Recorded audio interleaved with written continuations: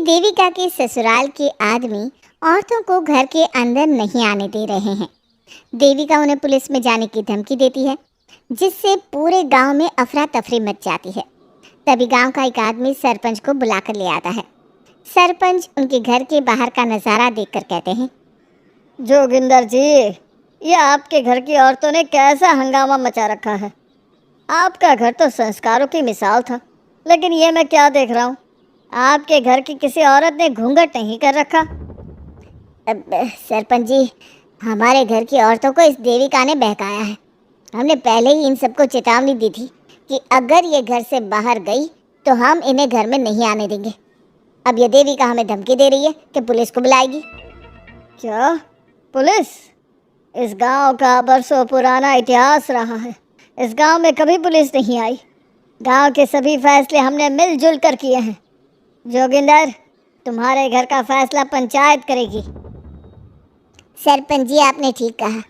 पंचायत दोनों तरफ की बातें सुने और जो भी फैसला पंचायत करेगी वो हमें मंजूर होगा। तो ठीक है, आज दोपहर को सभी गांव की चौपाल पर इकट्ठा होंगे और वहीं तुम्हारे घर का फैसला होगा। सरपंच वहां से चला जाता है। घर के आदमी घर के अंदर जाकर दरवाज़ा बंद कर लेते हैं और घर की औरतें वहीं घर के बाहर पेड़ के नीचे बैठ जाती हैं। तभी विमला कहती है, देविका बहू, तुम्हें भूख लगी होगी ना? नहीं माँ जी, मुझे भूख नहीं लगी, मैं ठीक हूँ। बहू, तेरा बच्चा छोटा है अभी, तुझे भूखा नहीं रहना चाहिए।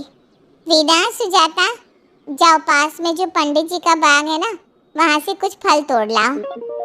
वीना और सुजाता पास के बगीचे से खूब सारे फल तोड़ कर ले आती हैं। सभी औरतें फल खाती हैं। तभी देविका कहती है, आप सब घर से बाहर निकली, घूंघट उतार दिया तो इन मर्दों की इज्जत चली गई, लेकिन हम सब घर के बाहर भूखे प्यासे बैठे हैं। इस बात पर इन अहंकारी मर्दों को शर्म क्यों नहीं आ रही? हाँ देविका, तुम ठीक कह रही हो। अगर हम मर भी जाए ना, तब भी इन मर्दों के लिए इनके बनाए गए नियम कानून ही अहम रहेंगे, हम नहीं। सुजाता भाभी, मुझे तो सबसे ज़्यादा सचिन पर गुस्सा आ रहा है।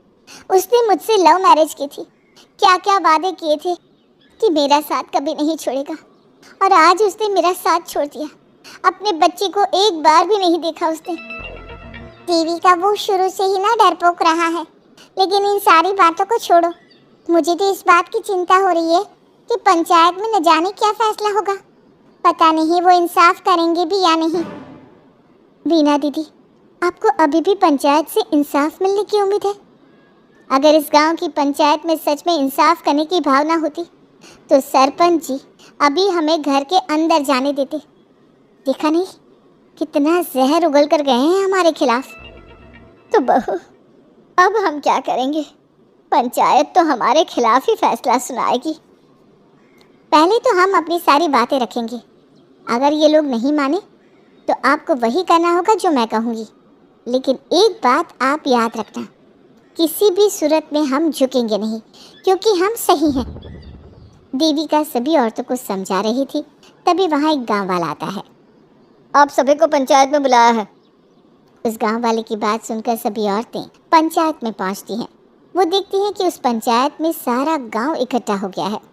बहुत सारी औरतें लंबे लंबे घूंघट करके वहाँ आई हुई हैं। तभी पंचायत की कार्यवाही शुरू की गई और घर के आदमियों से पूछा गया कि वो घर की औरतों को घर में क्यों नहीं रखना चाहते। हमारे घर की औरतें ना तो घूंघट उतारती है और ना ही किसी डॉक्टर से इलाज करवाती है, और हमारे मना करने के बाद भी इन सब ने घर से बाहर कदम रखा, हमसे ऊंची आवाज़ में बात की। हमने इन सबको चेतावनी भी दी, लेकिन इन्होंने हमारी बात नहीं सुनी। अब ये सभी औरतें हमारे घर में नहीं रह सकती। अब औरतें अपना पक्ष रखें। ये कानून की किस किताब में लिखा है कि औरतों को घूंघट करना चाहिए? और अगर मेरे ससुराल की औरतें मुझे डॉक्टर के पास ना लेकर जाती तो ना मेरा बच्चा जिंदा बचता और ना ही मैं। लेकिन दाई अम्मा से हम इलाज करवा रहे थे ना। दाई अम्मा को कुछ समझ में नहीं आ रहा था। देविका का इलाज दाई अम्मा के बस की बात नहीं थी। काफ़ी देर तक दोनों पक्षों में बहस चलती रही। दोनों एक दूसरे पर आरोप प्रत्यारोप लगाते रहे। लेकिन दोनों पक्षों की बात सुनने के बाद पंचायत ने जो फैसला लिया उसके लिए तो देविका पहले से ही तैयार थी। दोनों पक्षों की बात सुनने के बाद पंचायत ने यह फैसला किया है कि सारी गलती महिलाओं की है। अगर वो अपने अपने पतियों से माफ़ी मांग लेती है और वादा करती है कि भविष्य में कभी ऐसी गलती नहीं दोहराएंगी, तो वो घर के अंदर प्रवेश कर सकती हैं।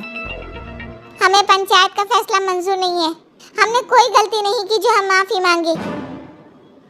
किस बात का वादा करें हम? हमने देविका की जान बचाई है, तो आप हमसे भविष्य में किसी की जान न बचाने का वादा ले रहे हैं क्या? अगर तुम्हें पंचायत का फैसला मंजूर नहीं है तो तुम सबको घर में नहीं पुरानी हवेली में रहना होगा, जो अब खंडहर बन चुकी है। यह खंडहर तुम्हारे घर के सामने ही है। सरपंच जी, आपका फैसला सही नहीं है। एक बार और सोच लीजिए इस फैसले के बारे में। ओ शहर के छोरी, 4 किताबें क्या पढ़ ली, हमें सही गलत का पाठ पढ़ाएगी? तुझे पता नहीं कि पंचायत का फैसला यहाँ सदियों से चलता आया है और लोग उसी को मानते आए हैं। अच्छी तरह जानती हूँ सरपंच जी। अगर मैं चाहूँ तो आपके इस फैसले को कोर्ट की चौखट तक ले जा सकती हूँ। पुलिस को बुलाकर अभी घर के अंदर जा सकती हूँ। पंचायत और घर के आदमियों की शिकायत पुलिस में कर सकती हूँ और अपने बच्चे को उसका हक दिलवा सकती हूँ। लेकिन नहीं, मैं ऐसा नहीं करूँगी। मैं उसी खंडहर में रहूँगी और इस गांव के आदमियों को दिखा दूँगी कि औरत खंडहर को भी महल बना सकती है, और वो भी बिना किसी आदमी की मदद के। सारे गांव की औरतें देविका की बातें सुनकर हैरान हो जाती हैं। उनका जीवन घूंघट और घर के 4 दीवारी के बीच में ही था। कोई औरत अपने हक के लिए पंचायत से भी टकरा सकती है, ये बात उन्होंने पहली बार सुनी थी। अब देविका घर की औरतों के साथ खंडहर में चली जाती है। माँ जी, ये खंडहर तो काफ़ी पुराना है। भाभी, खंडहर पुराने ही होते हैं। मुझे तो डरावना भी लग रहा है। मैं डर की वजह से कभी इस खंडहर के आसपास भी नहीं आई, लेकिन मुझे क्या पता था कि एक दिन इसी में रहना पड़ेगा। ये तो टूटा फूटा भी पड़ा है। माँ जी, एक काम करते हैं, ये खंडहर तो काफ़ी बड़ा है, इसलिए एक हिस्से की साफ सफाई करके उसे ही रहने लायक बना देते हैं। बाद में धीरे धीरे पूरा खंडहर ठीक कर लेंगे। हाँ बहू, तुम ठीक कह रही हो। विमला भाभी और मैं इस खंडहर के टूटे हुए हिस्सों पर मिट्टी और ईंटें लगा देते हैं। सुजाता और विना, तुम साफ सफाई कर लो। सभी औरतें मिलकर खंडहर के एक हिस्से को सुधारना शुरू कर देती है और काफ़ी देर तक मेहनत करने के बाद वो उस हिस्से को काफ़ी हद तक अच्छा कर लेती हैं और इसी तरह रात हो जाती है। सभी औरतें बैठकर बात करती है। माँ, हमने इस खंडहर को घर तो बना दिया है, लेकिन ये घर चलेगा कैसे? हाँ माँ जी, मैं भी यही सोच रही हूँ। और हम सब तो बड़े हैं, गर्मी सर्दी भूख कुछ भी आसानी से बर्दाश्त कर सकते हैं, लेकिन देविका का बेटा बहुत छोटा है, उसे तो हमें अच्छी तरह से पालना होगा ना। मैं भी यही सोच रही हूँ कि आगे हमें क्या करना चाहिए। कम्मू और मैं मिलकर मिट्टी का चूल्हा और मिट्टी के बर्तन बना देते हैं।